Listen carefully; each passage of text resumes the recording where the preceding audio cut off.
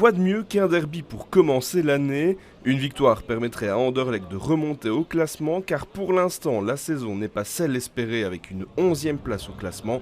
Malgré ça, Anderlecht vise encore le top 4, mais les supporters sont mitigés sur la réussite de leurs protégés. Je crois que tout est possible, mais ça va être difficile, ça va être dur.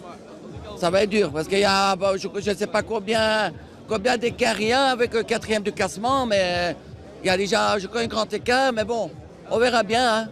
On verra bien, espérons qu'on peut être dans le top 4, mais ça va être dur, ça va être très dur. Le top 4 non, mais le top 8 oui. Vu ce qui se passe, ça serait un bel objectif. Et l'année prochaine, le top 4 minimum.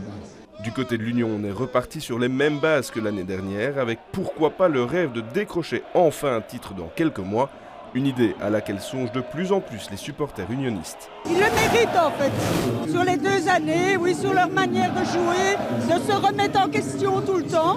L'Union peut aller au bout, c'est un collectif, c'est une équipe, c'est une famille, c'est une mentalité et on peut faire des miracles chaque saison. En ce début de match, l'Union domine sans problème son voisin anderlechtois. Après 6 minutes de jeu, Moussa Ndiaye accroche Amani Lazare.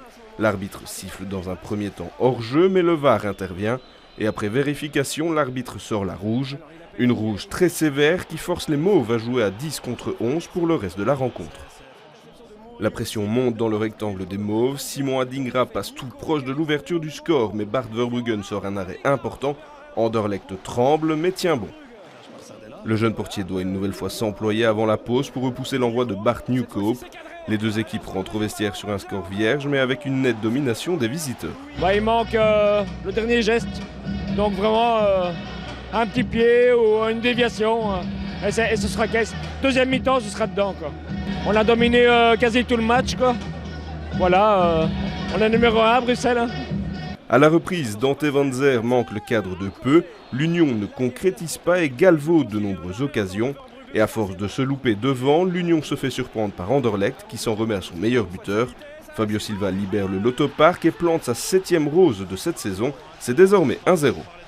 Après un petit moment de flottement du côté d'Anderlecht, l'Union en profite. Seine Linen trouve Cameron Puertas qui vient de monter au jeu et qui égalise. C'est 1 partout à moins de 10 minutes du terme. Quelques instants plus tard, on prend les mêmes et on recommence. De buteur, Cameron Puertas devient passeur. Et c'est Seine Linen, cette fois-ci à la finition, qui place les Saint-Gillois aux commandes de la rencontre. À peine le ballon remis en jeu que l'Union alourdit encore un peu plus la marque grâce à Simon Adingra. En moins de 10 minutes, les joueurs de Karel Gerhardt ont réussi à inverser la tendance pour s'imposer 1-3. On sait des fois que c'est pas parce qu'on a 11 contre 10 que le match va être plus facile. Au contraire, des fois, c'est souvent plus compliqué, surtout ici avec le public qui est le 12e homme.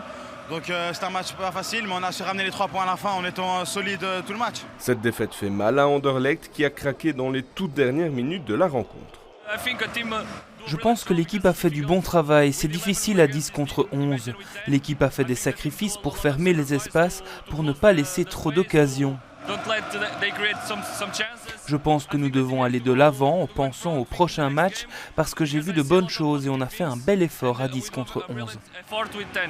Dans les travées du Lotopark, c'est la déception qui se lit sur le visage des supporters qui restent malgré tout unis derrière leur équipe. On est tombé contre une bonne équipe de l'Union, tout simplement, qui prouve encore que c'est vraiment une bonne équipe, qui joue bien et bon système de jeu. Et voilà, c'est quand même mérité à la fin. Et quand on voit ça, en tant que supporter d'Anderlecht, on croit encore au top 4 ou pas vraiment? Il faut toujours croire, sinon on ne vient plus au stade, sinon on n'est plus supporter. Il faut toujours derrière son équipe. Les joueurs de Karel Gerhardt ont donc réussi leur rentrée alors que ceux d'Anderlecht sont passés à côté de leur sujet et ne parviennent toujours pas à sortir de la crise qui touche le club.